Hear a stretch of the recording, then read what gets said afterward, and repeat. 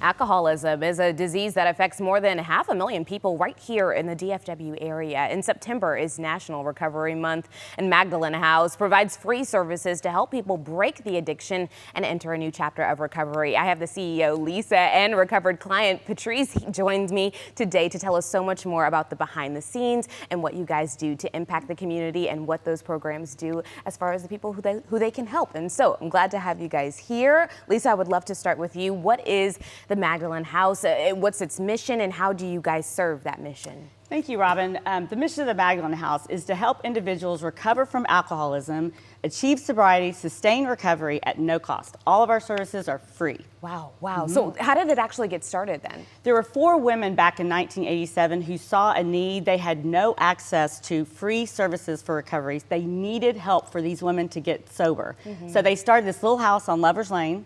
And they started with 4 people, and then it evolved to we helped over 1,800 people last year get sober and recovered. Wow. Okay, so tell me, because we're talking about the affected area, right? Yes. DFW, where we Absolutely. live. How prevalent is alcoholism, especially right here? I don't think people understand how prevalent alcoholism is. 1 out of every 10 people are alcoholic. That equates to 8% of women and 13% of men, which means over 660,000 people in DFW alone are alcoholic. So it literally could be your neighbor, it could be your friend, it could be your family member, Absolutely. and you just don't even know it. Everyone knows an alcoholic. And you don't know. And you don't know it. Got it. You really don't. Tell me a little bit about the core programs that really aid those who are suffering from alcoholism in our community. Well, Patrice is the perfect example of some of those programs. Patrice, you want to talk about First Step and Next Step? Oh, sure, definitely. When I went through First Step, I didn't know why I was drinking. All I knew is I wanted to stop. You want to, okay, yes. I couldn't stop. So First Step helped me with education around alcoholism, helped me to understand why I drank the way I did and what the solution is. And then Next Step provided tools that could sustain my recovery, because it's one thing to stop, but how do I stay stopped? Right, right, because it's difficult, right? Because first and foremost, like you said, starting is the hardest thing that you can do when it comes to anything, right? Yes. But then staying on track, right? That's why people don't go through with their New Year's resolutions, right? It's difficult. Yes. It's harder than it sounds, but I love that you guys make sure that you give the knowledge, right? Because knowledge is power, and once you know, and once you're no longer naive, you can then be like, okay, I can put this into place because I know what's coming, you know? Exactly. And so I like that, I understand your program is actually growing, so what led you to expand and start serving men? Because you were only serving women at first, is that right? Absolutely. For 36 years, we served women only. And in 2021, we moved into our new building, which increased our capacity to help women by 50%.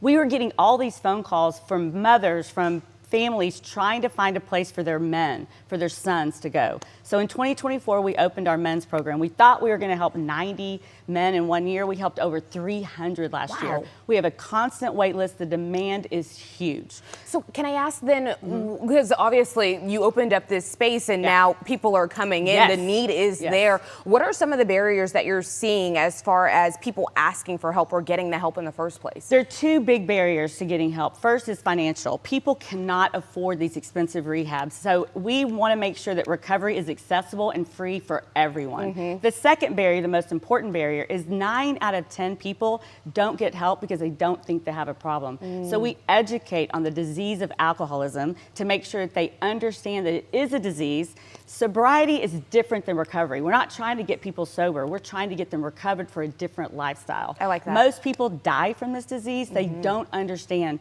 that it is a mental illness. That and so it we're is, there in to fact, a disease. Yes, we're helping to educate the people, just like we did for Patrice. So the barriers are real. I mean, one of the biggest barriers we have right now is funding. Yeah. We need to make sure that we keep our doors open. We save the taxpayers' money. We need to make sure that people have free and accessible recovery from alcoholism, because it affects everyone in our community. Can I ask you, Patrice, to put a little reality on it? What barriers were you facing that prevented you from asking for help?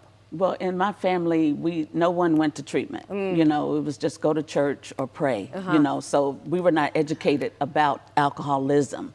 So that kind of kept me from coming in, because my family's like, why are you doing that? Right. You know? Right. No, yes, I get that. And what is this? Especially in African American culture, I think therapy, anything that you are asking other people for help, it's almost taboo. And so to have the conversation, especially with your family, can be very difficult, and it might set you back from actually getting the help that you need. And so I appreciate you saying that. I also appreciate you being vulnerable on this show, because I think it's very hard to come on here and say, yes, I was an alcoholic, but I got the treatment that I needed, and I'm thriving, and I'm doing great, and you have inspired someone today. So I appreciate your bravery. Honestly, it's not hard anymore because I can't keep this to myself. Come on now. It's a testimony at this point. This woman helps thousands of women. She is a godsend. I appreciate you both for being here today. so much. So much. Thank you. My goodness.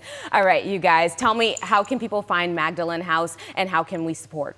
Right now, you can go to our website. It's www.magdalenhouse.org. We need funding to make sure that to keep our doors open. We've got North Texas Giving Day coming up. We've got a Leave a Legacy, which is a concert for recovery that's coming up in November. But to volunteer, to break the barriers of awareness and education, come to the Magdalen House. Find out what we're about. Don't be afraid to talk about it out loud. Thank you so much. You're All welcome. right. Great for being here.